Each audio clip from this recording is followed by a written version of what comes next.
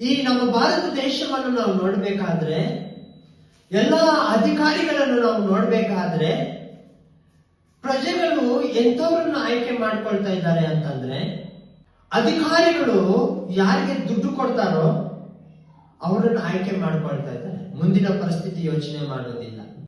ಇಂತಹ ಪ್ರಜಾಪ್ರಭುತ್ವ ದೇಶ ಆಗ್ಬೇಕಂತ ಎಷ್ಟೋ ಜನ ಕಷ್ಟಪಟ್ಟು ಸ್ವತಂತ್ರ ತಗೊಂಡ್ಬಂದು ಕೊಟ್ಟಿಲ್ಲ. ಅವೆಲ್ಲವುಗಳನ್ನು ಇವತ್ತು ಏನ್ ಮಾಡ್ಕೊಳ್ತಾ ಇದ್ದಾರೆ?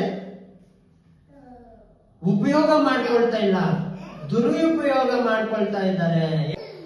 ಪ್ರಜಾಪ್ರಭುತ್ವ ದೇಶದಲ್ಲಿ ನಾವೆಲ್ಲರೂ ಬದುಕ್ತೀವಿ ಅಂತಂದ್ರೆ, ನಾವೆಲ್ಲರೂ ಜೀವಿಸ್ತೀವಿ ಅಂತಂದ್ರೆ ಒಳ್ಳೆ ಅಧಿಕಾರಿಯನ್ನು ಆಯ್ಕೆ ಮಾಡಿಕೊಳ್ಬೇಕು. ಆದ್ರೆ ನಮ್ಮ ಪ್ರಜೆಗಳು ಒಳ್ಳೆ ಅಧಿಕಾರಿಗಳನ್ನು ಆಯ್ಕೆ ಮಾಡಿಕೊಳ್ಳೋದೇ ಇಲ್ಲ. ಯಾಕೆ ಗೊತ್ತಾ?